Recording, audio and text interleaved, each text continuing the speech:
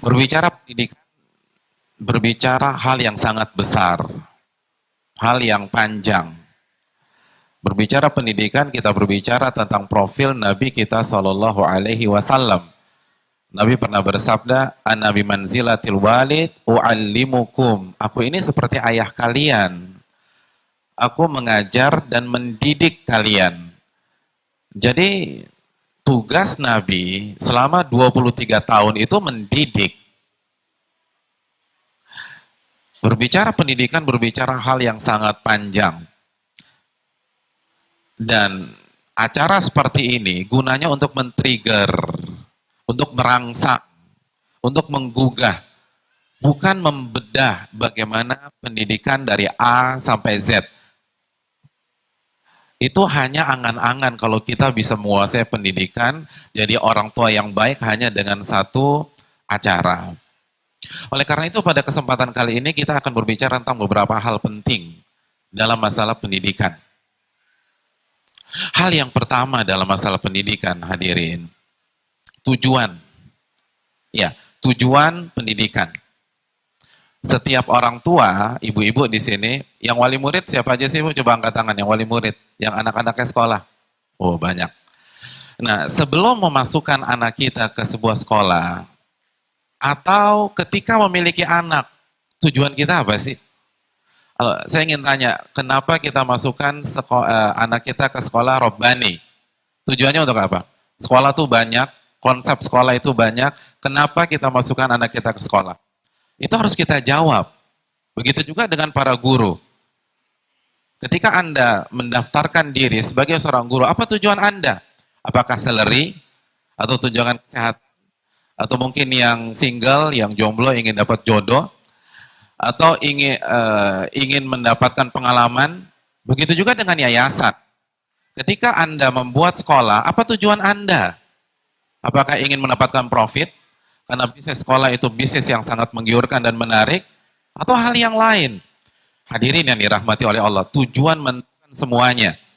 Tujuan menentukan semuanya. Analogi sederhana, ketika kita keluar dari rumah, menentukan tujuan itu menentukan semuanya. Ketika contoh, ibu-ibu dari Cikarang mau ke Tanah Abang, ya, mau ke Tanah Abang. Jadi tujuan kita, destinasi kita Tanah Abang. Berarti ibu-ibu dari Cikarang Tanah Abang naik apa? Hah? Ibu-ibu nggak pernah ke Tanah Abang ya? Wah hebat, beruntung banget suami-suami yang ada di sini. Saya harus banyak belajar kalau begitu dan semoga istri saya hadir. Ayo ibu-ibu coba jujur, sekarang saya minta kejujuran. Dari Cikarang ke Tanah Abang naik apa? Kereta. Turun stasiun mana? Hah? Hah? Pak Hari aja tahu loh. Ibu-ibu jangan malu-malu lah. Ayo turun di mana coba Bu? Turun Gambir. Bukan. Hah? Turun mana Bu? Hah? Ibu-ibu kayaknya tiap hari ke perpustakaan terus ya Bu ya? Jadi, Tanah Abang sebuah tempat yang asing buat ibu-ibu di sini. Dan saya yakin ini meringankan tugas Pak Hari sebagai yayasan. Turun mana Bu? Manggarai. Oke, Manggarai. Dari Manggarai naik apa? Naik kereta lagi. Ke arah mana? Tanah Abang langsung. Wow, luar. Benar, Manggarai, Pak Hari salah. Ketahuan nggak pernah ke Tanah Abang. Pak Hari bilang Gambir. Jadi Manggarai langsung Tanah Abang. Tapi ketika kita ingin keluar dari rumah kita menuju Bandung, maka kita tidak akan menginjakan kaki kita di stasiun Manggarai. Apalagi Tanah Abang. Semua berubah. Semua berubah. Kita akan cari bus menuju Bandung atau mungkin dari Bekasi, stasiun Bekasi ke Bandung ada nggak? Intinya semua berubah. Alat transportasinya berubah, biayanya berubah, jarak tempuhnya berubah, pemandangan yang kita lewati berubah. Semuanya berubah karena beda tujuan. apalagi dalam masalah pendidikan. Semua sangat dipengaruhi dengan pendidikan. Semua sangat dipengaruhi dengan tujuan. Tujuanlah yang mempengaruhi rekrutmen guru. Rekrutmen guru. Tujuanlah yang mempengaruhi kriteria seleksi anak ketika memasukkan anak itu ke sekolah. Tujuannya mempengaruhi kita memilih sekolah yang mana yang ada di Cikarang ini. Tujuannya yang mempengaruhi kurikulum, mempengaruhi pelajaran, apa pelajaran yang diajarkan. Tujuannya yang mempengaruhi fasilitas. Tujuan yang mempengaruhi metode dan pola asuh. Semuanya bergantung pada tujuan kita. Oleh karena itu, kalau kita ingin sukses, menjadi seorang ayah, menjadi seorang ibu, menjadi seorang guru, menjadi seorang pendidik, atau membangun sebuah sekolah, pastikan dari awal apa tujuannya. Apa tujuannya? Makanya salah satu kekeliruan seseorang ketika survei sekolah, yang pertama kali ditanya adalah fasilitas. Fasilitas penting, tapi bukan hal yang paling penting. Yang pertama kali ditanya tujuan. Ketika antum melihat sebuah bus pada saat berdiri di halte, jangan memperdebatkan nih bus AC atau tidak. Ini mau kemana nih bus, gitu loh. Itu yang pertama kali antum harus tetapkan. Ketika kita mau beli tiket, pastikan tujuan kita tepat. Nggak perlu bicara apakah seat di bisnis kelas masih ada atau tidak. Tidak perlu langsung berbicara apakah ada first class di pesawat tersebut atau tidak. Pastikan dulu pesawat Jakarta-Surabaya itu ada. Adapun fasilitasnya itu next, itu berikutnya. Oleh karena itu hadirin yang dirahmati oleh Allah, ketika Allah dan Nabi-Nya Shallallahu Alaihi Wasallam berbicara pendidikan, berbicara tentang anak, berbicara tentang buah hati, jelas yang disorot di dalam Al-Quran dan Sunnah yang pertama kali adalah tujuan. Sebelum yang lain, tujuan. Bukan sekolah itu mahal atau murah. Bukan berapa banyak lapangannya, ada kolam renang atau tidak. Bukan yang lain-lain, tujuan. Allah berfirman di dalam surat At-Tahrim ayat 6, Ku anfusakum wa ahlikum nara. Jagalah diri kalian dan keluarga, anak-anak kalian dari siksa api neraka. Inilah firman Allah ketika Allah berbicara tentang keluarga. Inilah firman Allah ketika Allah berbicara tentang anak. Inilah firman Allah ketika Allah berbicara tentang buah hati. Ku anfusakum wa ahlikum nara. Jagalah diri kalian dan keluarga kalian dari siksa api neraka. Dari sini lahirlah sebuah tujuan pendidikan. Tujuan kita menjauhkan dan menjaga anak kita dari api neraka. Bukan pintar bahasa Inggris, bukan. Itu bukan tujuan pendidikan. Saya pernah survei ke sebuah sekolah Islam. Survei sekolah Islam di Jakarta. Saya tanya, apa tujuan sekolah ini? Tujuan sekolah ini menjadi khalifah dengan bahasa Inggris. Apa hubungannya jadi khalifah dengan bahasa Inggris? Kalau khalifah bisa dengan bahasa Inggris, itu orang-orang British semua jadi pemimpin. Ternyata enggak. Orang-orang Amerika, walaupun dialeknya bukan British, itu akan menjadi pemimpin. Ternyata banyak mereka yang rusak. Dan yang jadi pemimpin juga tidak bertakwa kepada Allah Subhanahu wa taala.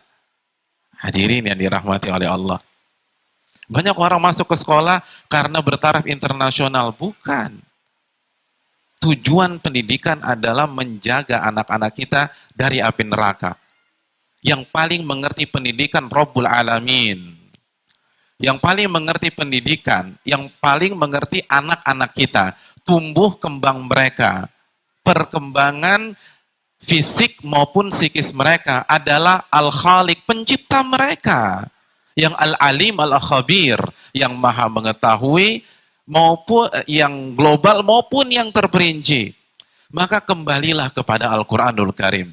Kembalilah kepada konsepnya Subhanahu wa ta'ala. jagalah diri kalian dan anak-anak serta keluarga kalian dari siksa api neraka. Ini tujuan pendidikan.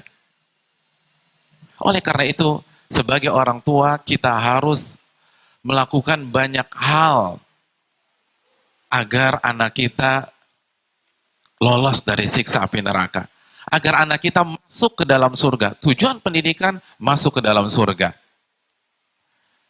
Dan ketika kita memasukkan anak kita ke sebuah sekolah, pertanyaannya adalah apakah konsep dan sistem sekolah menunjang dan mensupport kita sebagai orang tua untuk mencapai tujuan tersebut. Masuk ke dalam surga dan lolos dari siksa api neraka. Itu yang menjadi masalah. Itu menjadi PR besar dan yang harus kita pastikan ketika kita mendidik anak. Bukan yang lain.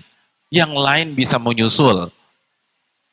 Dan begitu juga dengan pihak sekolah. Pada saat kita membangun sebuah sekolah, usia dini misalnya TK, SD, dan seterusnya, mulai dari yayasan sampai guru, pastikan ketika kita bergabung di sekolah tersebut, PR besar kita bagaimana anak-anak didik kita lolos dari siksa api neraka.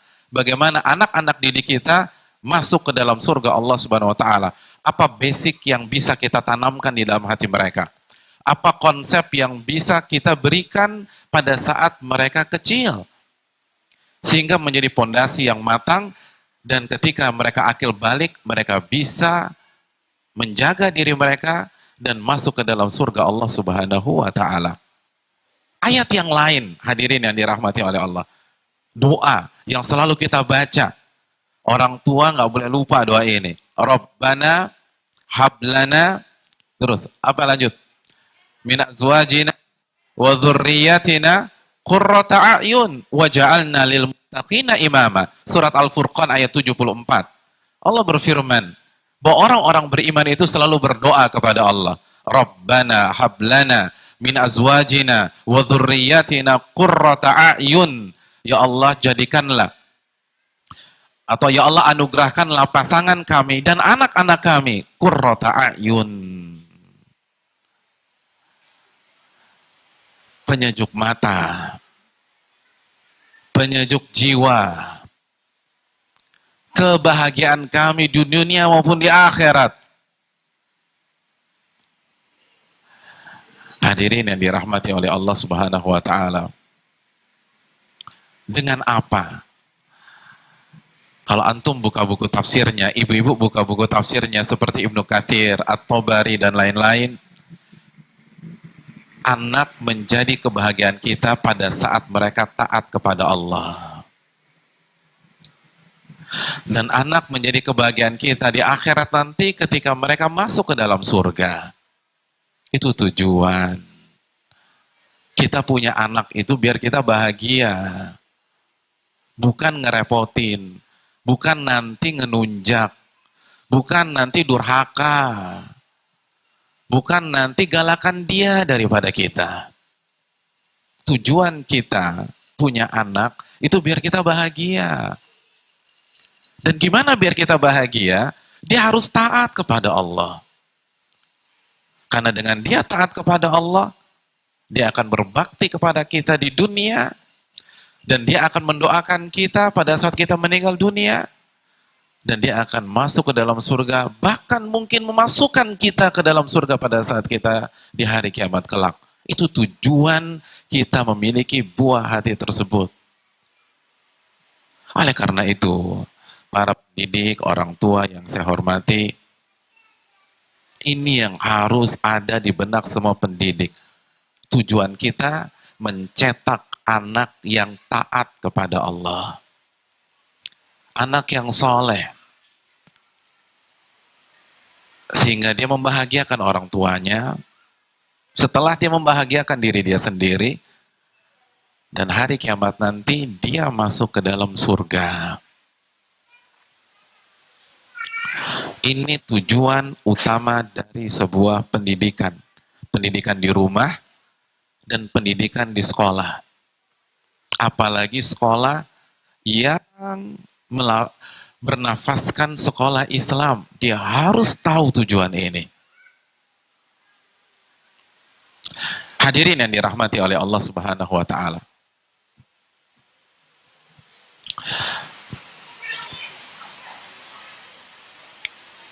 Dan tujuan ini nggak mudah. Tujuan ini berat. Tujuan ini sulit. Dan banyak yang gagal. Banyak yang jatuh. Bahkan yang sukses hanya minoritas. Hanya minoritas orang tua dan minoritas pendidik yang berhasil menjalankan misi ini sehingga sampai kepada tujuannya tersebut. Karena banyak ayat, banyak hadis mengatakan bahwa mayoritas orang tidak taat kepada Allah. Mayoritas orang tidak bersyukur kepada Allah. Makanya kan ketika Allah dan Rasulnya menjelaskan orang-orang yang taat, apa kata Nabi SAW? Badal Islamu ghoriban, wa sayaudu ghoriban kama bada'a fatubalil ghuraba. Islam datang dalam kondisi asing. Dan akan kembali asing sebagaimana awal kedatangannya. Orang asing itu artinya minoritas. Orang asing itu artinya sedikit. Yang namanya orang asing di Jakarta, nggak mungkin populasinya lebih banyak daripada orang asli Indonesia. Nggak mungkin. Sedikit. Fatubalil ghuraba. Tapi beruntunglah dan bersyukurlah orang yang dianggap asing tersebut. Ini menunjukkan PR kita berat. PR kita susah. Dan orang tua yang dirahmati oleh Allah Subhanahu wa taala. Fakta ulama menyatakan jika terjadi kegagalan pada seseorang anak atau manusia ketika dia dewasa. Jadi apabila seorang anak gagal masuk surga, gagal menjadi soleh, gagal menjadi taat, tujuannya nggak terpenuhi, maka yang pertama kali harus bertanggung jawab adalah orang tua. Orang tua. Ini disampaikan oleh Ibnul Qayyim dalam kitabnya Tuhfatul Maudud. Beliau menyatakan hasil research, hasil penelitian beliau, sekaligus didukung oleh ayat-ayat Al-Quran dan hadis Nabi SAW. Kata beliau, aktsarul auladi qad jaa fasaduhum min kibali abaihim. Mayoritas anak yang gagal, yang akhlaknya rusak, yang akhlaknya buruk, yang kasar kalau bicara, yang nggak berprestasi, yang nggak mau sholat, yang ketika sudah balik nggak mau menutup aurat. Kata Ibnul Qayyim, faktor utama kegagalan mereka adalah ayah dan ibunya. Ayah dan ibunya. Ibnul Qayyim tidak mengatakan pihak sekolah, enggak. Ibnul Qayyim tidak mengatakan lingkungan. Banyak banyak pakar mengatakan yang merusak generasi ini lingkungan. Enggak. Orang tua yang pertama kali merusak anak. Dan ini wahyu. Bukan sekedar research. Nabi bersabda dalam hadis Bukhari yang sangat terkenal, kullu mauludin yuladu ala fitrah. Setiap anak yang lahir dalam kondisi apa? Fitrah. Dalam kondisi iman. Arti fitrah tuh banyak loh. Bapak-bapak, ibu-ibu sekalian. Di antara arti fitrah itu Islam. Di antara arti fitrah itu siap menerima kebenaran. Kalau bahasa kita, siap dididik, siap diajari, siap belajar. Bukan kata saya, ini sabda Nabi SAW. Jadi setiap anak itu siap menerima kebenaran, siap dididik, siap belajar. Tapi yang jadi masalah kata Nabi, fa'abawahu yuhawwidanihi. Tapi kedua orang tuanya menjadikan dia Yahudi. Au yunassiranihi. atau menjadikan dia Nasrani, au yumajjisanihi, atau menjadikan dia seorang majusi. Banyak orang ketika mengulas hadis ini hanya mengaitkan dengan agama, dan ini keliru. Ulama ketika menjelaskan hadis ini, hadirin yang dirahmati oleh Allah, membedah, mengungkapkan penyebutan Yahudi, Nasrani, dan Majusi itu sebagai sampel. Hanya sebatas sampel. Karena kerusakan yang paling parah menurut kacamata Islam itu kerusakan apa? Kerusakan iman. Kerusakan yang paling parah adalah kekufuran, kesyirikan. Kerusakan yang paling parah adalah pemurtatan.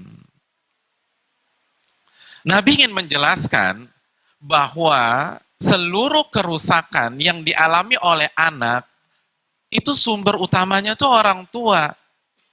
Kenapa? Karena kalau kerusakan yang paling parah aja orang tua, apalagi kerusakan yang kecil, itu maknanya. Kalau menjadi Yahudi, menjadi Nasrani, menjadi Majusi, itu bukan faktor lingkungan, kata Nabi, itu orang tua. Artinya apa? Ketika anak di usia remaja mulai mengisap rokok, mulai mengisap gorila, ini luar biasa, gorila diisap sama anak-anak kita sekarang. Lalu setelah itu, setelah gorila diisap, mulai beralih ke ganja. Setelah ganja, putau. Punya duit dikit, sabu. Jangan salahkan bandar. Nabi mengatakan orang tua itu. Itu ada masalah dalam pendidikannya, di dalam rumah. Itu karena di awal basic nggak diajarin. Tidak diajarkan iman. Tidak diajarkan muraqabatullah. Yang diajarkan, kalau ketahuan papa gimana nak? Bukan diajarkan kalau ketahuan Allah Subhanahu wa Ta'ala. Itu semua orang tua. Ketika anak lahir, hamil di luar nikah, itu orang tua.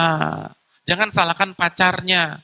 Karena ini proses bertahun-tahun. Anak yang basic agamanya kuat di rumah, itu nggak akan kena masalah seperti itu. Itu yang diingin disampaikan oleh Nabi SAW. Oleh karena itu, rekan hadirin yang dirahmati oleh Allah Subhanahu Wa Taala, awal semua dari orang tua. Yang menjadikan anak murtad itu orang tua, kata Nabi.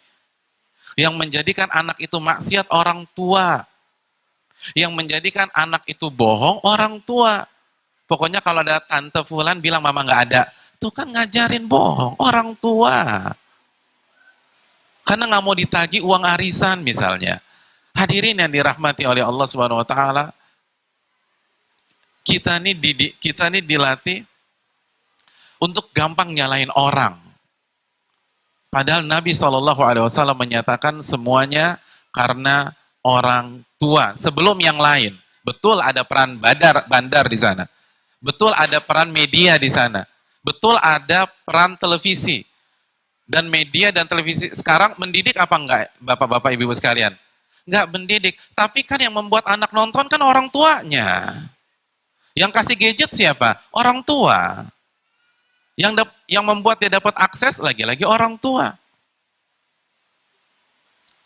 Oke, gara-gara bergaul sama anak temen, dia jadi make narkoba. Tapi yang nggak ngajarin konsep bergaul tuh siapa? Orang tua. Yang tidak menjelaskan bagaimana kaedah memilih teman. Itu siapa? Lagi-lagi ayah ibunya. Ini kaedah umum. Betul, bukan kaedah mutlak. Bukan kaedah mutlak. Karena kita tahu anak Nabi Nuh bermasalah. Tapi mayoritas sebagaimana yang disampaikan Nabi SAW.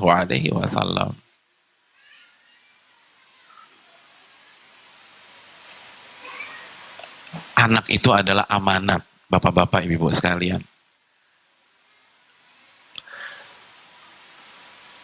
Dan sebagaimana anak pertama atau anak kedua atau anak yang paling kecil kita bisa memasukkan kita ke surga, mereka jugalah pintu masuk kita ke dalam api neraka. Orang tua punya peran yang sangat vital. Makanya pada hari kiamat, banyak para ulama mengatakan, yang pertama kali dihisap oleh Allah itu ibu, bukan anak. Yang pertama kali dihisap oleh Allah itu ayah, bukan anak. Ayah dan ibu akan dihisap pertama kali oleh Allah sebelum Allah menghisap anaknya. Sebelum Allah bertanya kepada anak-anak kita tentang birrul walidain, sudahkah dia berbakti kepada kita? Allah bertanya dulu kepada kita, sudahkah memberikan hak anak? Ketika sebelum anak ditanya tentang kedurhakaan dia kepada orang tuanya, Allah akan tanya dulu kepada orang tua, durhaka nggak kepada anak? Makanya kata Ibnul Qayyim, anak yang nggak diurus sama orang tuanya akan mengatakan, kama akok tani sagira akok tuka kabira. Sebagaimana saya nggak dididik waktu kecil, sebagaimana saya nggak diajarin iman waktu kecil, sebagaimana saya tidak diajarkan agama waktu kecil, maka saya durhaka kepada kamu saat kamu besar, wahai ayah dan ibuku. Itu yang akan dikatakan anak kita. Wa kama daya'tani walida daya'tuka syaikha.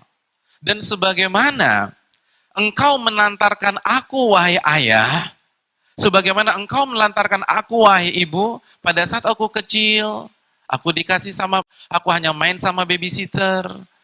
Kalian sibuk kerja, sibuk ngocok arisan, sibuk bisnis online, sibuk dan yang lain. Akhirnya saya nggak punya teman yang benar. Saya nggak pernah mendapatkan sosok teman dari ayah dan ibu saya. Saya nggak pernah diajarkan Al-Fatihah saja saya belajar dari guru ngaji saya, bukan dari Anda. Maka saya pun akan melentarkan Anda ketika Anda tua nanti. Silakan survei kasus anak-anak yang tidak memperhatikan orang tuanya ketika orang tuanya tua. Maka jawabannya dan sebabnya karena orang tuanya ketika anak itu kecil tidak memperhatikan anak-anak mereka. Kaidah agama mengatakan al-jaza min jinsil amal. Balasan itu tergantung jenis amal. Kita telantarkan anak kita pada saat mereka kecil, maka kita akan ditelantarkan mereka pada saat kita besar nanti. Oleh karena itu, anak adalah amanat. Dan sunnatullah itu berlaku di setiap rumah-rumah kita. Kita didik anak kita, dia akan berbakti kepada kita. Kita telantarkan anak kita, dia akan telantarkan kita. Kita nggak punya waktu bermain dengan mereka. Di saat Sabtu dan Ahad, maka ketika mereka besar, mereka sibuk, mereka tidak punya waktu mengunjungi kita pada saat kita tua nanti. Al-jaza bin jinsil amal. Balasan itu tergantung jenis perbuatan. Allah itu Al-Hakim, Maha Bijaksana. Makanya salah satu kebijaksanaan Allah, balasan tergantung jenis perbuatan. Allah tidak akan menzalimi. Oleh karena itu, sekali lagi, untuk para orang tua dan untuk para pendidik, pastikan kita berusaha menjadi anak kita masuk ke dalam surga Allah. Pastikan kita berusaha menjaga mereka dari neraka Allah Subhanahu wa Ta'ala. Masalah sekarang, masalah.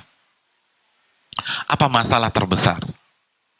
Masalah terbesar, mayoritas kita jadi ayah mayoritas kita jadi ibu bukan karena persiapan. Kita jadi ayah karena wanita yang kita nikahi itu melahirkan. Maka kita jadi ayah. Bukan karena belajar sampai S3 fakultas keayahan. Ada fakultas keayahan di sini?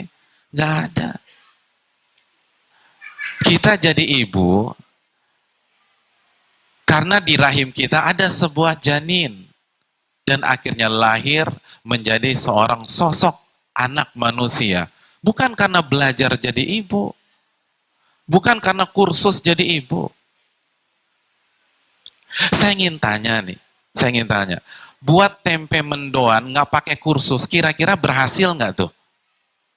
Ibu-ibu, buat tempe mendoan, kita nggak usah bicara panjang-panjang lah. Kita nggak usah bicara politik, nggak usah bicara didik anak, nggak usah bicara tentang otak, nggak usah bicara tentang agama, tempe mendoan. Ibu nggak pernah sebelumnya, mungkin ibu lama di UK misalnya, lama di Inggris, nggak pernah dengar makhluk yang namanya tempe. Ibu pulang ke tanah air, ibu diarahkan ke dapur, suruh buat tempe mendoan tanpa ada kursus. Kira-kira bisa buat tempe mendoan nggak? Nggak bisa, pasti gagal. Lalu bagaimana dengan anak? Bagaimana dengan buah hati kita? Mungkinkah kita memastikan dan mengawal mereka masuk ke surga, tapi kita nggak belajar? Kita tidak menuntut ilmu. Kayak tadi lagi-lagi, ibu-ibu tidak tahu Tanah Abang, tiba-tiba suruh pergi ke Tanah Abang. Nggak boleh nanya. Pokoknya kamu pergi ke Tanah Abang dari Cikarang, nggak boleh nanya, nggak boleh tanya Mbah Google, nggak boleh tanya Waze dan seterusnya. Kira-kira sampai Tanah Abang? Nggak akan sampai. Lalu mungkinkah ke surga demikian? Kalau ke Tanah Abang aja nggak bisa. Pak Ustadz, saya bisa ke Melawai, Pak Ustadz. Melawai juga nggak bisa. Atau ke Tamrin City juga nggak bisa kalau kita nggak punya ilmunya. Kita harus tahu ilmu. Hadirin yang dirahmati oleh Allah Subhanahu wa taala. Jadi akuntan saja harus punya ilmu. Padahal dia jadi akuntan tidak 7 kali 24 jam.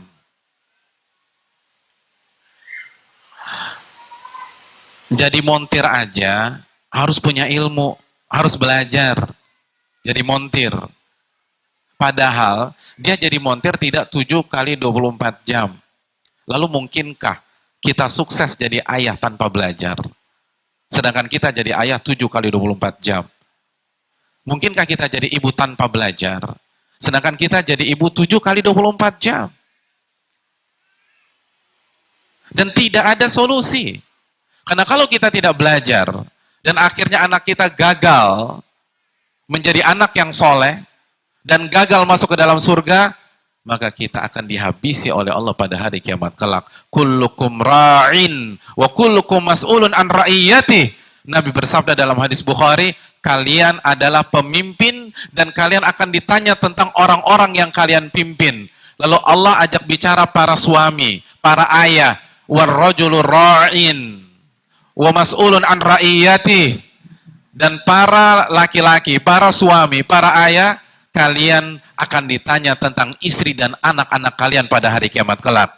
Wal mar'atu ra'iyatun fi baiti zawjiha wa auladih, atau wal mar'atu ra'iyatun wa mas'ulatun an baiti zawjiha wa auladih. Dan para ibu-ibu itu pemimpin dalam masalah rumah dan anak-anak. Dan ibu-ibu akan ditanya oleh Allah Subhanahu wa taala hari kiamat kelak. Pada hari kiamat kelak. Kalau gagal, maka neraka di hadapan kita. Tadi korek kita membaca, fayauma idzil la yu'adzibu 'adzabahu ahad.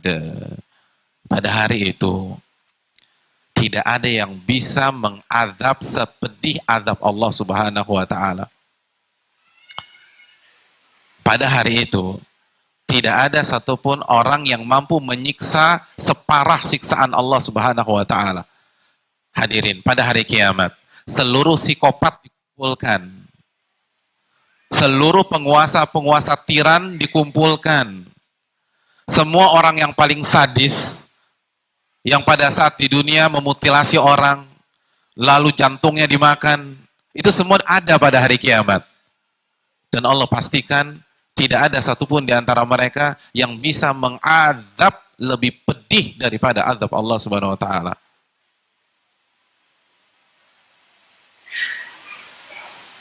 Lalu bagaimana kita jika tidak berhasil mendidik anak-anak kita sampai ke surga? Oleh karena itu tanggung jawab kita besar. Anak bukan hanya sekedar penghibur kita, tapi ia amanat dari Allah Subhanahu wa taala yang harus kita bina, yang harus kita jaga, dan harus kita kawal sampai masuk ke dalam surga. Dan kita udah terlambat nih. Kita udah terlambat. Semua orang belajar nyetir dulu, baru buat SIM dan boleh bawa mobil. Itu semua orang. Semua orang belajar masak dulu di SMIP misalnya, atau SMK, atau sekolah perhotelan, baru dia jadi koki, apalagi jadi chef. Sedangkan kita, saya ingin tanya, anak ibu-ibu, bapak-bapak sudah berapa tahun? Subhanallah. Lalu pertanyaan, apa konsep yang sudah kita ketahui? Saya ingin tanya, apa sunnah Nabi tentang tempat mengedukasi anak? Kita sudah tahu atau belum? Ada beberapa tempat yang digunakan Nabi untuk bicara sama anak, untuk ngajar anak. Sudahkah kita tahu itu? Sudahkah kita tahu konsep memanggil anak sesuai dengan sunnah Nabi Shallallahu Alaihi Wasallam? Sudahkah kita tahu konsep memuji anak sebagaimana yang dianjarkan Nabi Shallallahu Alaihi Wasallam? Sudahkah kita tahu boleh tidak memerintah dan melarang anak jika dipandang dari sunnah Nabi SAW? Di dunia pendidikan pro dan kontra. Sebagian teori mengatakan nggak boleh melarang anak. Hadirin, kita sudah tahu belum teori itu benar apa enggak?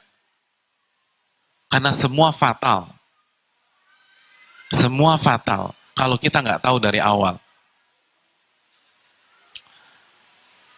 Dan anak kita akan terus tumbuh dari dalam setiap hari dan dengan berjalannya waktu. Semakin kita tunda belajar, semakin fatal.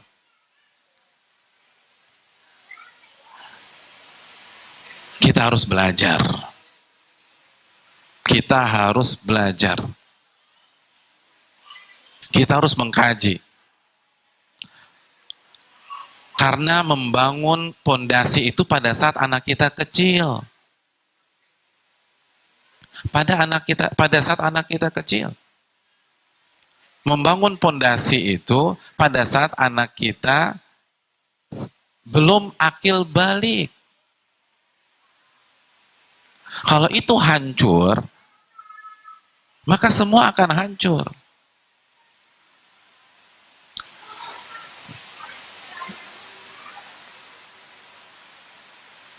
Ada sebuah tes di Dinas Kesehatan Jakarta. Tes membuat sebuah lab.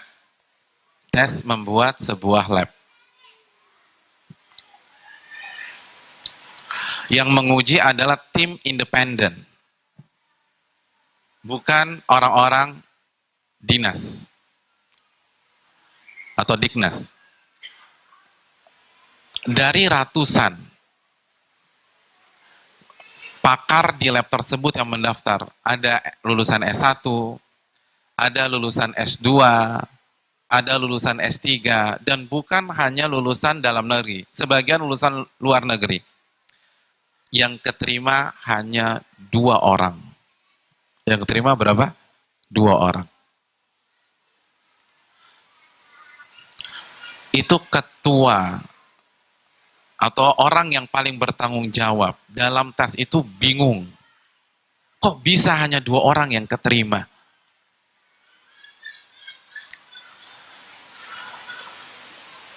Sedangkan saya sudah ngeluarin dana banyak. Dan pertanggungjawaban saya langsung ke gubernur. Ini tes sudah lama, bukan yang sekarang. Terus saya mau jawab apa kalau gubernur kalau bilang kita masih butuh tes lagi, Pak? Gimana cara saya mempertanggungjawabkan dana yang sangat besar itu? Akhirnya penanggung jawab ini bertemu dengan tim penguji.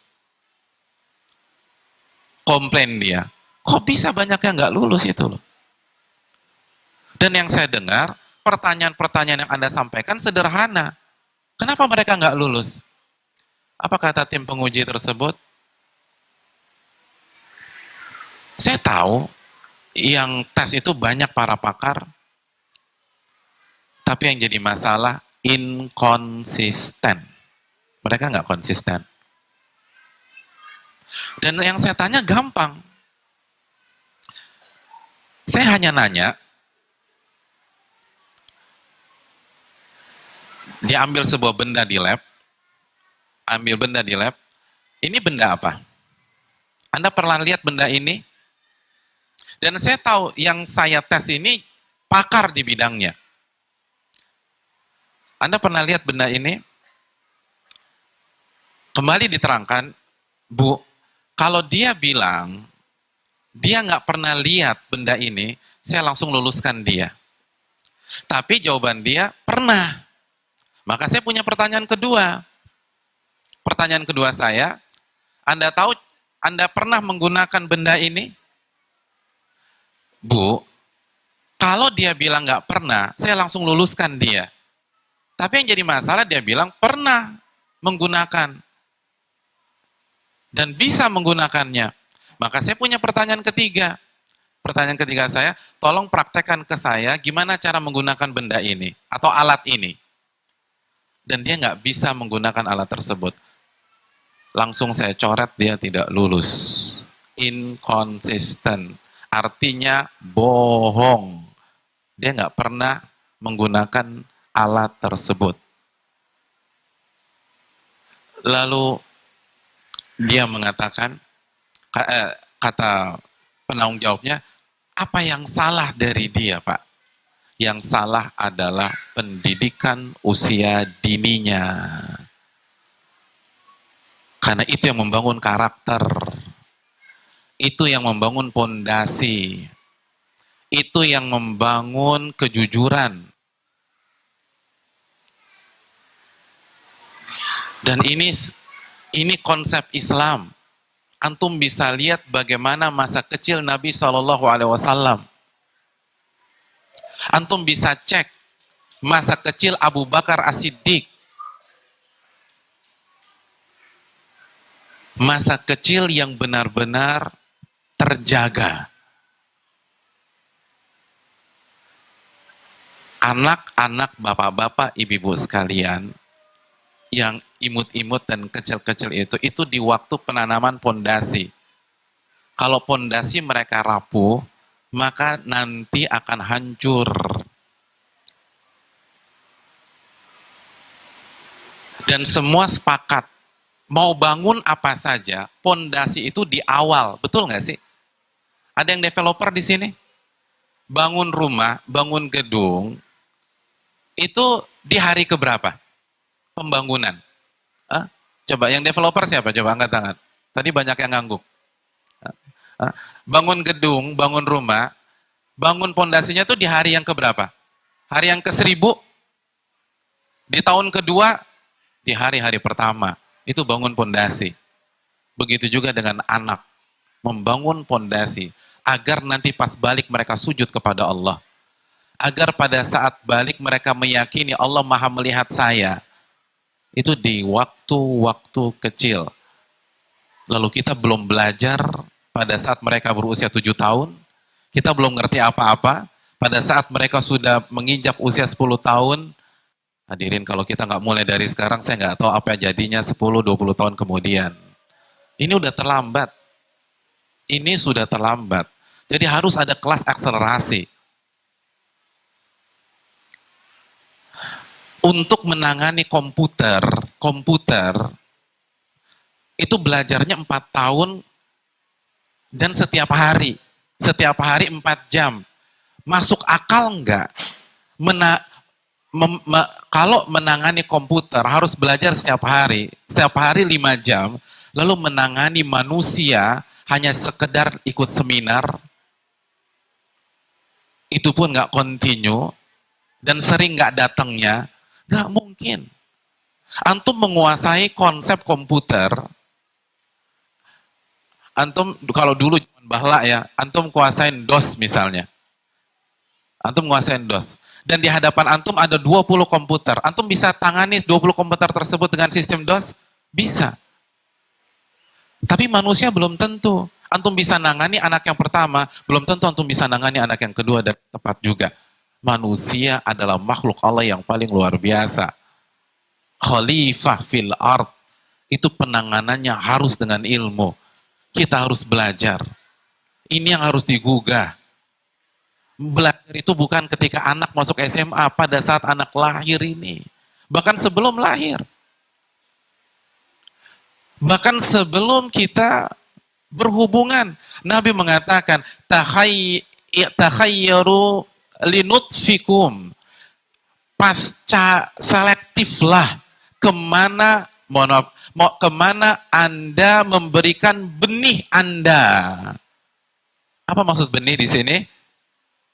Sperma. Jadi pastikan. Pastikan. Makanya Nabi mengatakan dalam hadis yang lain, Nabi memuji orang wanita-wanita Quraisy. Kenapa Nabi memuji wanita-wanita Quraisy? Karena mereka mengerti salah satu konsep mendidik anak. Ahnaha liwaladiha. Karena mereka sangat penyayang kepada anak-anak mereka. Dan salah satu konsep mendidik anak adalah kita harus tangani anak kita dengan kasih sayang. Karena wanita Quraisy mengerti konsep mendidik, dibanggakan oleh Nabi SAW. Jadi ibu-ibu orang Quraisy itu baik, nggak pakai marah-marah, nggak mukul, nggak nyubit dan lain-lain. Itu dipuji oleh Nabi kita SAW. Oleh karena itu sekali lagi belajar dan belajar. Hadirin yang dirahmati oleh Allah SWT. Dan acara-acara ini harus digalakan secara rutin. Harus digalakan secara rutin. Dan bapak-bapak, ibu saya nggak bisa mengandalkan sekolah. Nggak mungkin. Tanggung jawab terbesar ada di benak orang tua. Sekolah mendukung. Jangan dibalik. Karena yang akan ditanya pertama kali ayah dan ibunya, bukan kepala sekolahnya. Kita harus belajar dan belajar. Saya tahu ada sebuah sekolah.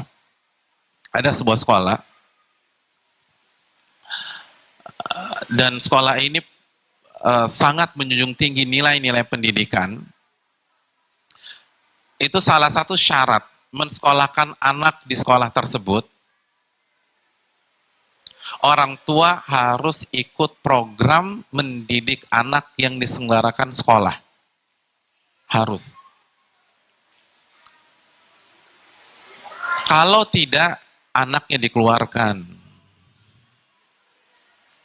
Anaknya dikeluarkan. Mau anaknya siapa kayak dikeluarkan. Kenapa? Karena tidak mungkin sekolah berhasil mendidik kalau tidak didukung oleh orang tua.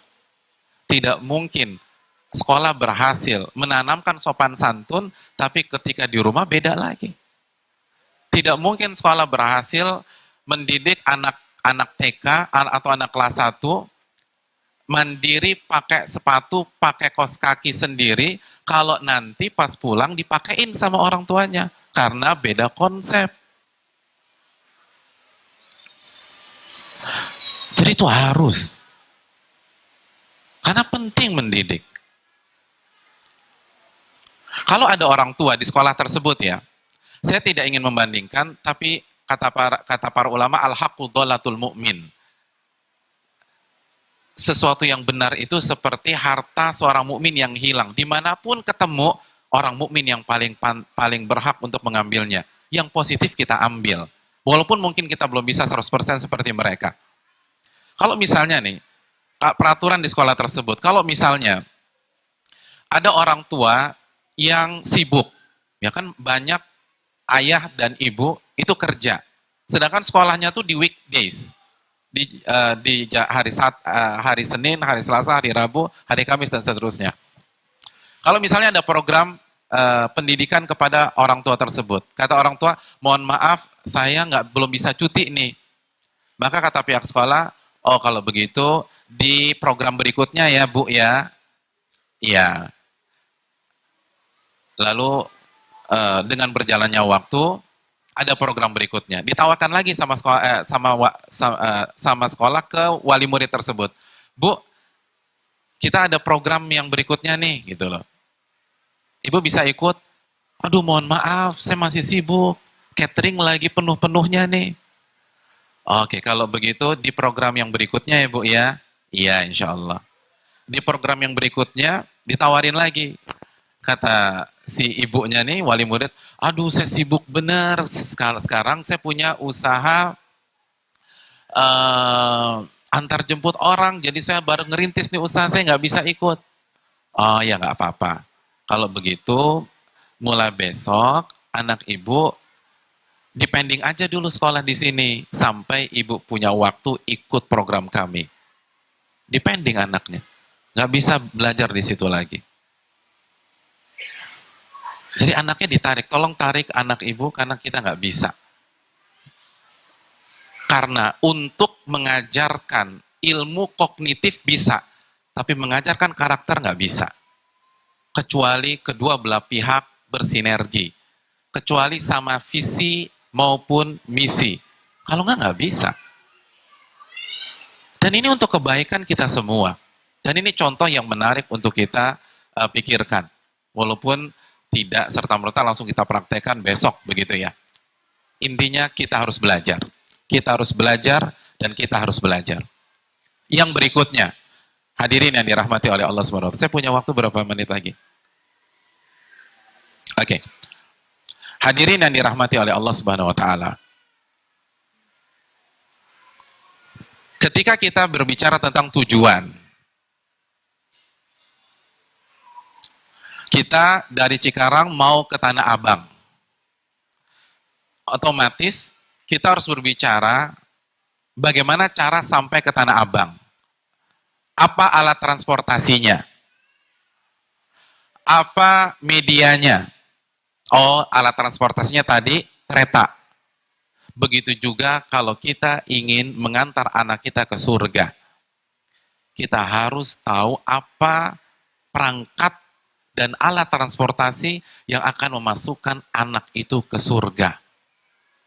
Apa yang harus ditekankan? Apa yang menjadi filosofi? Apa yang menjadi prinsip dasar pendidikan? Dan ini sudah diajarkan oleh Allah dan Rasul-Nya. Hadirin yang dirahmati oleh Allah Subhanahu wa taala. Karena kalau kita lihat di luar konsep banyak. Ada konsep bilingual, ada konsep dua bahasa. Jadi anak keluar dari sini bisa bahasa Indonesia, bisa bahasa Inggris. Ada 3 bahasa, ditambah 1 bahasa Tiongkok.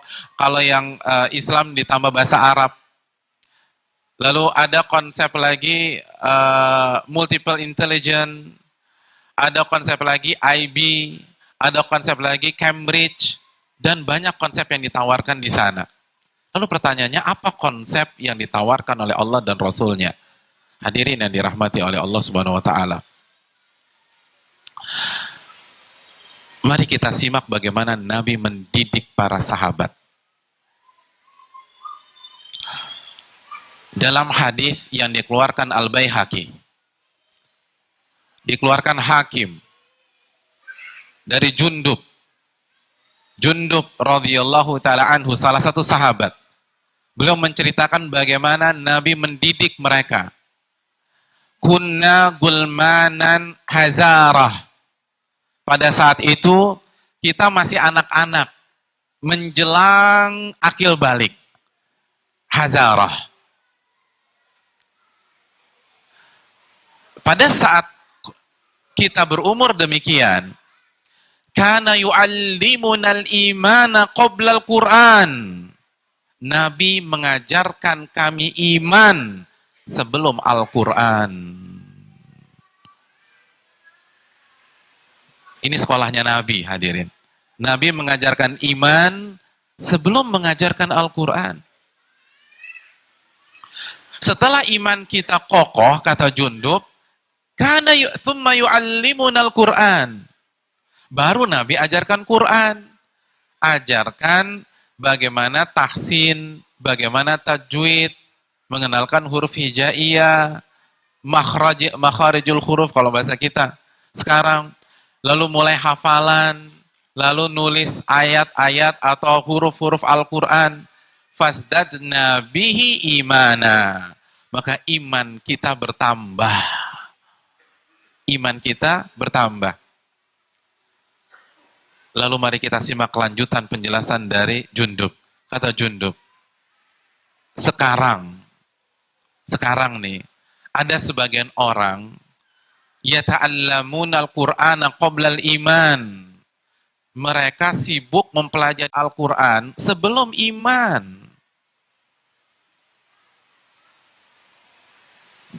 Dan itu keliru.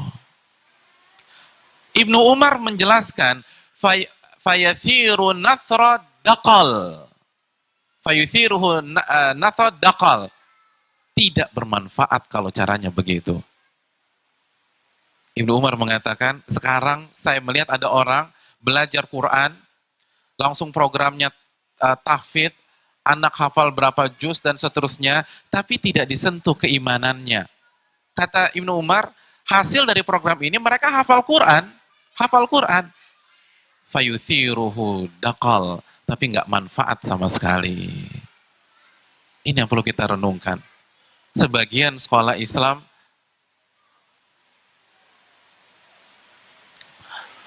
ketika ditanya programnya, kalau program kami hafalan, bandingkan dengan ucapan dua sahabat di atas, kira-kira tepat apa tidak? Iman, bukan hafalan. Itu konsep Nabi.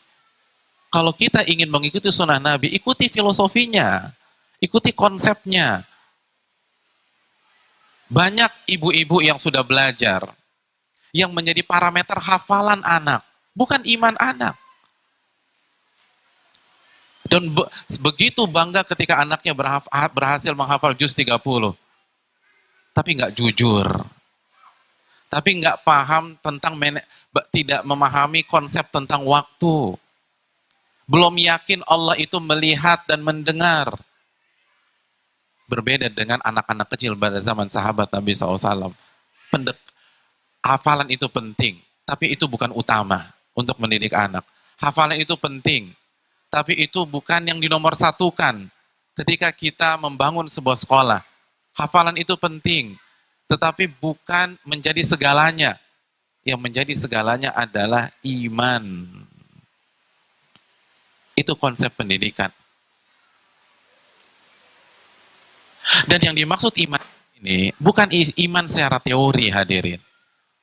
Bukan hanya sebatas paham teori rububiyah, uluhiyah, asma wa sifat.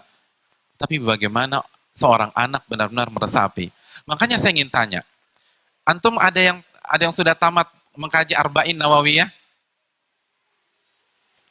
Bagaimana Nabi mendidik Abdullah bin Abbas? Ketika Nabi SAW bersama Abdullah bin Abbas, apakah Nabi mencek hafalan Quran Abdullah bin Abbas? Enggak. Nabi katakan, ya gulam, inni u'allimuka kalimat, ihfadillaha yahfadka, ihfadillaha tajidhu tujahak. Wahai gulam, aku ingin mengajarkan, wahai anak kecil, gulam tuh nak. Jadi kata Nabi, nak, aku ingin mengajarkan beberapa hal kepada kamu. Jagalah hak Allah, niscaya Allah akan menjaga kamu. Jagalah hak Allah, niscaya engkau akan mendapatkan Allah di hadapanmu. Allah akan melindungi, menjaga, dan merawatmu. Idza sa'alta fas'alillah. Jika kamu nak meminta-minta kepada Allah. Wa idza sta'anta fasta'in billah. Dan kalau kamu membutuhkan pertolongan, minta pertolongan kepada Allah Subhanahu wa taala. Siapa orang tua yang mengajarkan demikian kepada anaknya? Siapa di antara orang tua yang mengatakan, "Nak, kalau kamu butuh apa-apa, angkat tangan minta sama Allah." Atau kita mengatakan, "Kamu tahu nomor telepon papa kan, Nak?" Jadi diarahkan ke papanya, bukan diarahkan kepada Allah Subhanahu wa taala. Apa pesan-pesan yang disampaikan orang tua yang mau naik haji dan meninggalkan anaknya 40 hari? Nah, kalau ada apa? Kalau kamu lapar, ini ada telepon tante fulanah ya. Kamu tinggal telepon, mama udah bilang nanti makanan diantar. Siapa di antara kita mengatakan, "Nak, kalau kamu lapar, angkat tangan minta kepada Allah Subhanahu wa taala, lalu hubungi tante fulana." Ini iman. Ini konsep Nabi SAW. Siapa di antara kita mengajarkan kepada anak kita, kalau kamu dibully di sekolah, minta kepada Allah Subhanahu wa taala, lalu hubungi mama. Atau kita mengatakan, kalau kamu harus cerita ke mama ya, kalau kamu dibully di sekolah. Anak itu dibuat dekat kepada Allah Subhanahu wa taala. Iman. Nabi nggak mengatakan, Ibnu Abbas tauhid 3, rububiyah, uluhiyah, asma wa sifat. Tidak, itu bukan teoritis. Walaupun teori itu penting, tapi anak jangan dikasih teori. Melebihi porsi praktek dan kehidupan kesehariannya. Itu yang diajarkan Nabi. Minta kepada Allah. Lalu lihat bagaimana Nabi menanamkan ketawakalan dan keyakinan kepada Allah. Kata Nabi kepada Abdullah bin Abbas, "Nah, kalau seluruh manusia yang kamu lihat ini, bersepakat untuk membantu kamu, mensupport kamu, maka mereka tidak akan berhasil kecuali apa yang Allah takdirkan kepada kamu." Oh, luar biasa. Ini anak kalau dari kecil ditanamkan nilai-nilai ini, dia tidak akan menjilat. Dia nggak akan ngemis sama manusia. Karena dia tahu, jangankan satu orang kaya, seluruh orang kaya menjadi donatur dia, nggak ada manfaatnya kecuali apa yang Allah takdirkan kepada dia. Itu kan iman, itu ketakwaan. Tanpa diwajibkan hafal berapa juz dan seterusnya. Itu yang susah. Hadirin, itu yang berat. Bagaimana menanamkan demikian? Lalu Nabi mengatakan lagi, dan ketahuilah, kalau seluruh manusia bersepakat untuk menjatuhkan kamu, mencelakai kamu, mereka tidak akan berhasil kecuali apa yang Allah takdirkan kepada kamu. Maka mereka, kalau anak dari kecil ditanamkan filosofi seperti ini, maka pada saat dia dewasa, dia nggak akan takut orang. Dia nggak akan takut dengan manusia. Dia hanya takut kepada Allah. Karena dia tahu, seluruh mafia berkumpul untuk membunuh dia, tidak akan berhasil kecuali apa yang Allah takdirkan kepada dia. Itu yang harus kita tanamkan. Keimanan sebelum yang lain. Keimanan sebelum matematika, sebelum fisika, sebelum kimia, dan seterusnya. Bagaimana dia menghadapi hidup. Makanya sebagian pakar pendidikan sekarang mengatakan, ilmu atau wawasan kognitif itu gampang.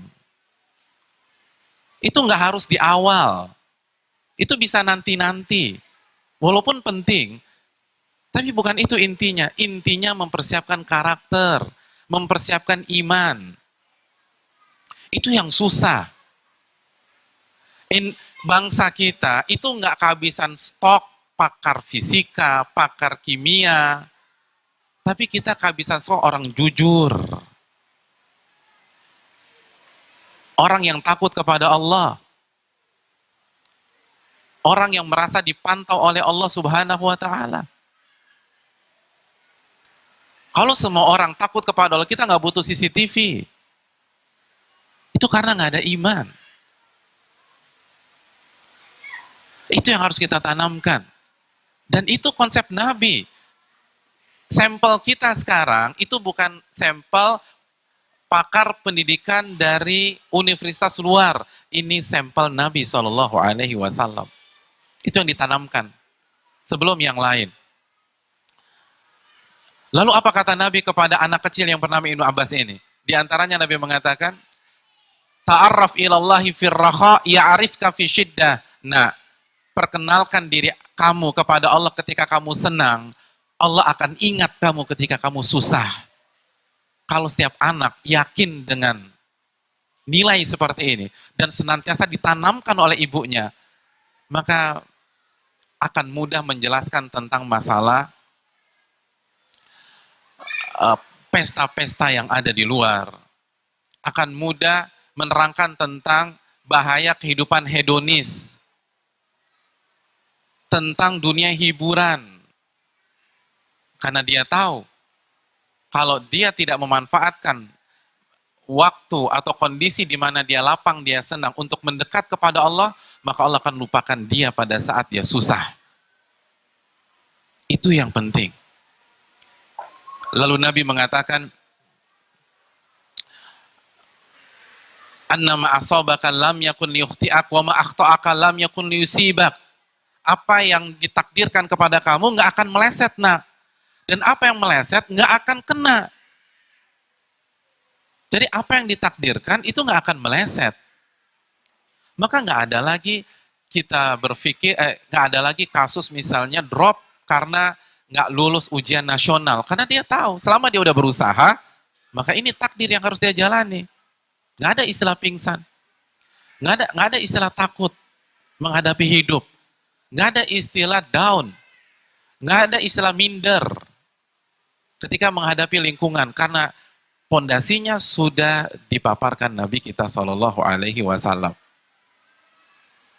Jadi rekan-rekan, bapak-bapak, ibu-ibu sekalian, dan rekan-rekan sekalian, iman ini yang terpenting. Bagaimana menghadapi hidup. Bukan bahasa Inggris, bukan matematika, bukan fisika, bukan kimia. Saya ingin tanya, tolong jawab dengan jujur. Siapa di antara antum semua, bapak-bapak, ibu-ibu sekalian, yang bidangnya, usahanya sesuai dengan ilmu yang dia pelajari pada saat dia sekolah di waktu kecil dan remaja dulu? Siapa yang sesuai banget? Ada nggak? Satu orang, yang lain? Nggak ada. Saya mau tanya sama ketua yayasan kita, Pak Hari. Bidang Pak Hari dulu apa? Pendidikan? Geologi. Geologi. Hadirin, saya ingin mengatakan begini, masa depan sebagian pakar mengatakan itu blind zone. Zona yang gelap, nggak jelas. Nggak jelas. Belum tentu. Nggak. Oleh karena itu, jangan terlalu mengandalkan disiplin ilmu tertentu. Yang harus kita persiapkan, siapkan mental dan iman mereka untuk menghadapi zona itu. Karena kita sudah ngalamin. Siapa di antara kita yang waktu masa kecil sudah memprediksi 2016 atau 2017 saya itu seperti ini? Nggak ada kan? Kita blank, buta. Yang penting kita menjadi beriman dan bertakwa. Karena Allah berfirman tentang orang beriman dan bertakwa, "Waman yattaqillah yaj'al lahu makhraja." Barang siapa yang bertakwa kepada Allah, Allah akan berikan jalan keluar tuh. Tapi kalau kita hanya ajarkan sebuah disiplin ilmu, itu belum tentu bisa dipakai nanti pada hari dia dewasa. Apalagi semua berubah. Teknologi berubah. Teknologi berubah. Hadirin yang dirawat. Jangankan kita, para pakar aja banyak yang bangkrut. Karena sekali lagi, apa yang sudah mereka pelajari, itu ternyata udah kadaluarsa. Saya ingin tanya, apa merek handphone di tahun tahun-tahun 90? Apa yang merajai? Nokia. Sekarang ada. Hancur. Ilmunya nggak kepake. Dan antum bisa searching sendiri, tanya Mbah Google, kenapa Nokia udah nggak ada? Antum masih punya Nokia sekarang? Enggak. Punya Nokia? Siapa yang punya Nokia? Enggak ada. Hilang. Fuji Film, hilang. Jadi apa? Jadi Seven apa? Fuji Film jadi apa tuh? Yang rame di tikungan, yang suka jadi tempat nongkrong, Seven apa? 7-Eleven. Fuji Film hilang. Nggak kepake. Zamannya bukan sekarang. Ada yang antum masih cuci-cuci foto? Enggak kan? Paling untuk apa namanya? Untuk sekolah, untuk ini. Semua digital.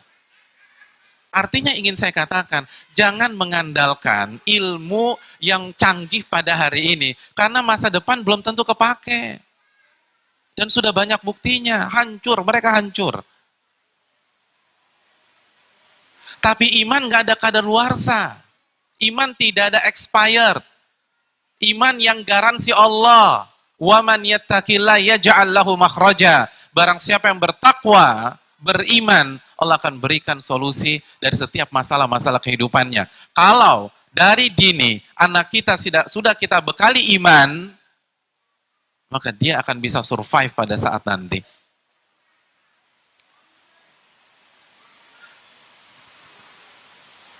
Berapa banyak bidang studi yang waktu di rapot kita dapat 9, 8 nggak kepake. Nggak kepake. Nggak kepake sama sekali. Bukan merendahkan, tapi itu hakikatnya. Tapi iman selalu kepake. Iman semenjak zaman Nabi Muhammad sampai hari ini pasti kepake. Jadi kita harus berpikir jernih, mana yang harus kita prioritaskan.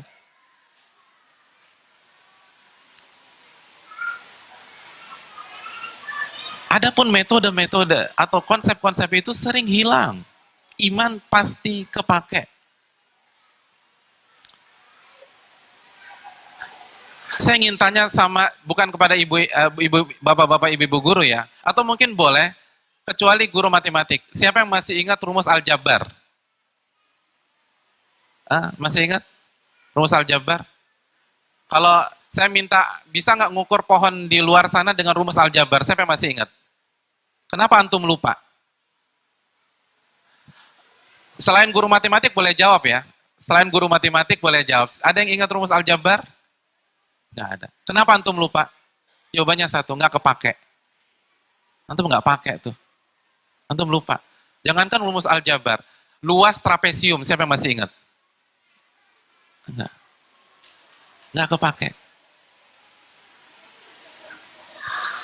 Walaupun, sekali lagi ini bukan menjatuhkan matematik. Salah satu filosofi matematik adalah membangun pola pikir dan problem solver untuk masalah. Itu benar. Tapi saya ingin mengatakan, kenapa sih kita ambisi nilai, dan nilai?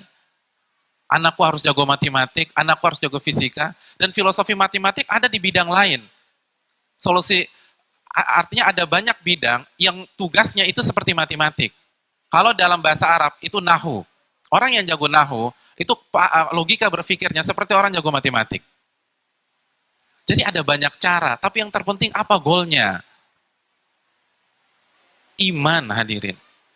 Jadi ketika kita punya anak, atau ketika kita memasukkan anak ke sekolah, atau kita sebagai pihak sekolah, pertanyaannya, bisa tidak kita punya program mencetak anak yang punya iman? Itu yang terpenting. Sehingga apapun masalah hidupnya di masa yang akan datang, dia punya solusinya. Dia punya solusinya. Dia punya solusinya. Karena antum ngajarin apa, semua berubah. Semua berubah. Makanya kan di beberapa bidang, begitu alat baru kan harus kursus lagi ke sana. Kalau alatnya di Jerman, berangkat lagi ke Jerman. Pelajari alat tersebut. Dan ilmu tentang alat yang lama kepake apa enggak? Kebuang. Padahal mungkin dia sudah habiskan 20 juta, 30 juta, 40 juta. Tapi kalau antum menghabiskan 500 juta untuk belajar iman, enggak akan kebuang. Enggak akan kebuang. Demi Allah akan kepake sampai hari kiamat kelak. Itu yang harus dicampat. Iman sebelum Al-Quran.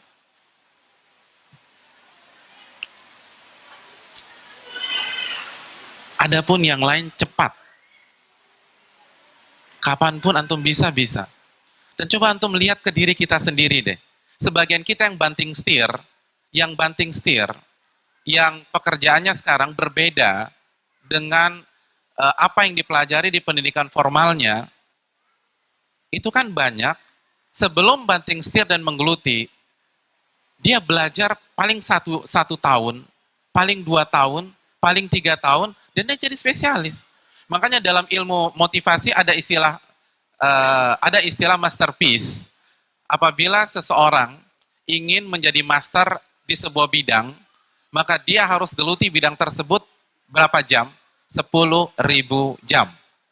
Jadi mau bidang apa aja, kalau 10.000 jam Anda akan jadi master di sana. Asal itu aja yang Anda geluti. Dan hadirin yang dirahmati oleh Allah Subhanahu wa taala. Yang saya pahami, lagi-lagi yang saya pahami, berarti ini ijtihad. Kalau saya salah mohon diluruskan. Saya nggak bawa dalil untuk yang satu ini. Bisa dipahami ya.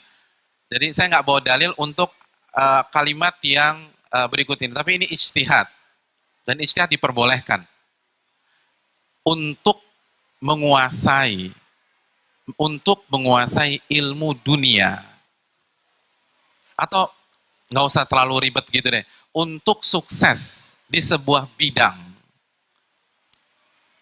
kita nggak perlu ranking 1 di setiap mata pelajaran. Cukup cari bakat kita, fokus di sana, dan pelajari dari A sampai Z dalam waktu yang cukup. Maka kita akan sukses di bidang tersebut dan otomatis dunia kita akan tercukupi. Betul apa tidak? Antum setuju nggak sih dengan teori itu? Untuk sukses di sebuah bidang, otomatis kalau sukses di sebuah bidang, di sana ada materi, di sana ada uang, di sana ada kesejahteraan. Antum nggak harus pintar semuanya. Tapi apa bakat anak kita, lalu maksimalkan bakat anak kita di sana, lalu fokuskan totalitas sehingga waktu bisa kita pakai untuk semuanya. Berbeda dengan yang ditawarkan sekarang. Kita ini disibukkan dengan semuanya. Makanya kritik dari pakar pendidikan tentang kurikulum kita itu apa? Siapa orang pendidikan di sini? Salah satu kritik pakar pendidikan tentang kurikulum di Indonesia itu apa? Terlalu banyak, terlalu bias, nggak fokus. Dan itu yang dikembangkan Barat sekarang. Itu yang dikembangkan Barat. Belajarnya gitu-gitu aja dan nggak fokus. Kita harus belajar eksak, kita harus belajar sosial, kita harus belajar bahasa. Enggak. Saya ingin tanya sama antum. Antum matematika 3, fisika 2, kimia 1,5. Tapi bahasa Inggris antum, British dan Casciscus, hidup nggak di Jakarta? Hidup. Antum nggak butuh yang lain. Antum nggak bisa bahasa Jepang, nggak bisa bahasa Cina, nggak bisa bahasa Arab, nggak bisa bahasa Prancis, tapi Inggris antum, kayak air yang mengalir. Antum bisa survive apa tidak? Antum bisa survive. Oke, antum nggak bisa bahasa Inggris, antum nggak bisa bahasa Arab, tapi antum bisa bahasa Prancis, dan bahasa Prancis antum bagusnya luar biasa, jago luar biasa. Antum bisa bertahan hidup di Jakarta atau di Cikarang? Bisa. Prihatin atau punya kehidupan yang layak? Punya kehidupan yang layak. Jadi kan antum tinggal pegang satu aja. Oke, itu dalam dunia bahasa. Kita cari dunia yang lain. Dunia kuliner, misalnya. Kita nggak punya keahlian. Kita nggak jago matematik. Kita nggak jago bahasa. Kita nggak bisa, nggak jago ilmu komunikasi. Tapi kita bisa buat bakmi yang sangat enak. Kira-kira penghasilan kita sebulan berapa? Bakmi GM, berapa penghasilan sebulan? Pak Ustadz saya nggak bisa bakmi, ya udah gado-gado. Gado-gado boplo sebulan berapa? Sebulan berapa?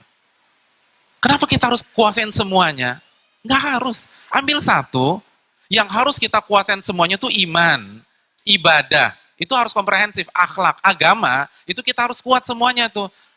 Akidah tanpa akhlak bermasalah. Akhlak tanpa akidah bermasalah. Hanya akhlak bagus, ibadah berantakan, sholat salah, puasa salah, itu bermasalah. Tapi dunia, antum nggak harus kuasain semuanya. Buat apa segala? Walaupun nggak haram kuasai semuanya, tapi waktu kan habis. Lihat anak-anak zaman sekarang, waktu habis. Tapi nggak ngerti cara sholat.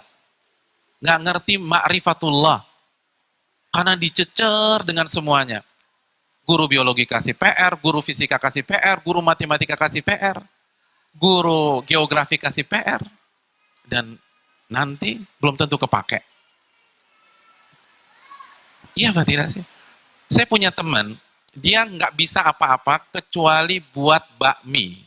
Buat bakmi. Dan kita nggak bicara, dan kalau saya sebut nama bakminya, antum nggak ada yang tahu.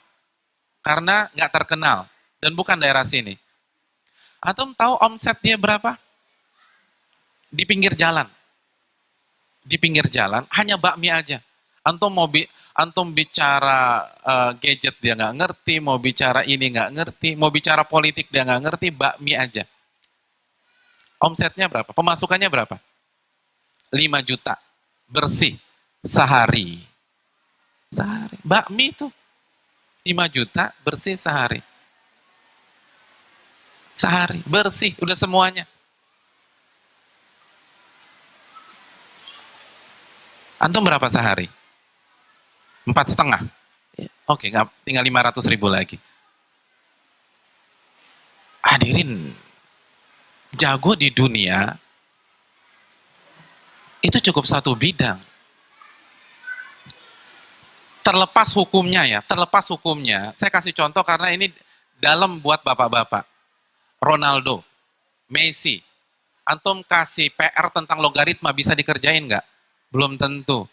Dia cuma ngandalin kaki karena bakatnya di sepak bola. Berapa gaji per bulan? Itu kan dunia di situ. Dunia itu pilih salah satu bidang, Anda geluti, Anda profesional, lalu waktu yang tersisa, bukan waktu, ada banyak waktu lagi, Anda habiskan untuk agama Allah Subhanahu wa Ta'ala. Anda habiskan untuk hafal Al-Quranul Karim setelah perdalam keimanan. Tapi sekarang tidak.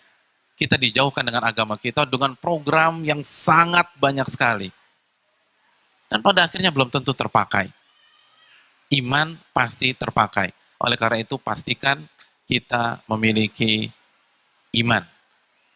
Dulu para sahabat, kenapa mereka bisa sukses? Karena mereka belajar seperti itu. Dan lihat konsep Nabi SAW dengan para sahabat.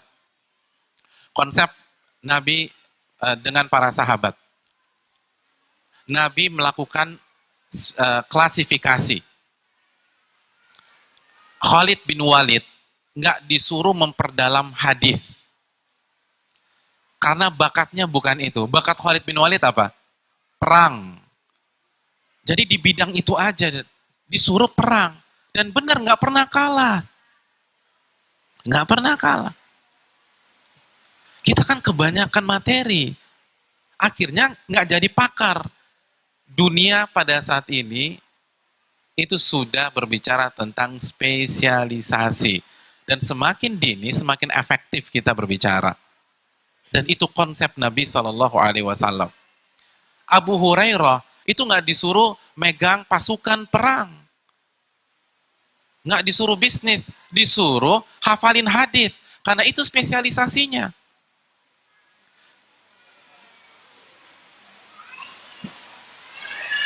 Itulah konsep Nabi SAW. Sekali lagi, pastikan kita punya iman. Yang terakhir, selain iman, fondasi pendidikan Islam ada pada adab, ada pada akhlak.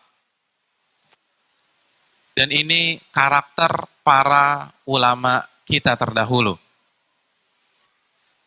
Dan karakter dunia pendidikan, sekaligus indikator dunia pendidikan. Itu ada pada akhlak, ada pada adab, ada pada attitude, ada pada karakter. Karena ini yang difokuskan sebelum ilmu-ilmu secara teori. Abdullah bin Mubarak, seorang tabi'in, menjelaskan bagaimana para sahabat dan tabi'in belajar. Beliau mengatakan kanu yatlubunal adaba qoblal ilmi. Dulu para sahabat dan tabi'in, mereka mempelajari adab sebelum mereka mempelajari ilmu, sebelum hafalan Quran, sebelum berbagai macam teori-teori tajwid, sebelum mempelajari tentang rukun-rukun sholat, adab sebelum ilmu. Itu yang membuat mereka sukses. Muhammad bin Sirin punya statement yang hampir sama. Kata Muhammad bin Sirin, kanu yata'allamun al-hadiya qabla an yata'allamun al-hadiya kama yata'allamun al-ilma. Mereka belajar adab sebagaimana mereka mempelajari ilmu. Ucapan Ibnu Mubarak disampaikan oleh Ibnul Jauzi dalam kitabnya Ghayatun Nihayah. Adab. Bukan bagaimana kekuatan hafalan orang, adab. Makanya indikator sekolah pada zaman klasik itu bukan nilai matematika 9. Bukan sudah hafal juz 28. Apa indikator? Sebagaimana dikatakan banyak para ulama salaf seperti Hasan al-Basri. Hasan al-Basri mengatakan indikatornya, kana rajulu minna idza talabal ilma kana yura la yulbat hatta yura min takhashu'i wa hadi wa lisani wa yadi. Hasan al-Basri mengatakan, Hasan al-Basri tabi'in besar, beliau menyatakan, dahulu orang tuh kalau belajar, kalau sekolah, itu ada indikatornya. Apa indikatornya? Indikator dia belajar apa sih? Yang pertama, kekhusyuannya terlihat. Kekhusyuan ketika sholat, ketika menghadapi masalah, nggak panikan, nggak grogian, tenang dia. Wahadi, dan akhlaknya bagus. Sama setelah saya sekolahin anak saya di sini, setelah 1 tahun, sama orang tua tuh nggak pernah bentak-bentak lagi ya. Nah itu tuh indikator para ulama terdahulu kalau belajar, kalau sekolah, akhlaknya bagus.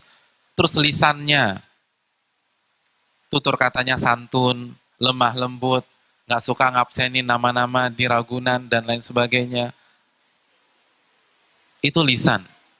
Wayadi, dan tangannya pun jadi berubah. Nggak suka nyubit adeknya, nggak suka lempar-lempar mainannya, nggak suka mukul, nggak suka ngebully.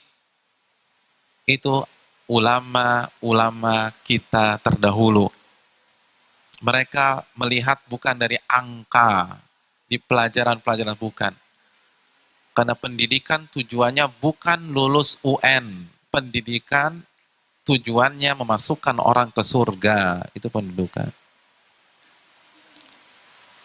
Itu kalau kita ingin berbicara Islam.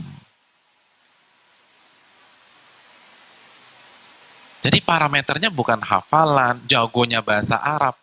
Buat apa anak kita jago bahasa Arab, tapi nggak beriman? Abdullah bin Salul juga cas-cis-cus bahasa Arabnya, tapi munafik. Abu Lahab juga jago bahasa Arabnya. Kalau tujuannya yang penting bahasa Arabnya jago, buat apa Anda sekolahkan? Abu Jahal jago bahasa Arab. Abu Lahab jago. Iman yang susah. Iman yang berat, itu iman. Dan harus dipupuk dari awal. Kalau hanya mengandalkan hafalan, apa hadis Nabi SAW meriwayat Imam Ahmad? Kalau hanya mengandalkan hafalan.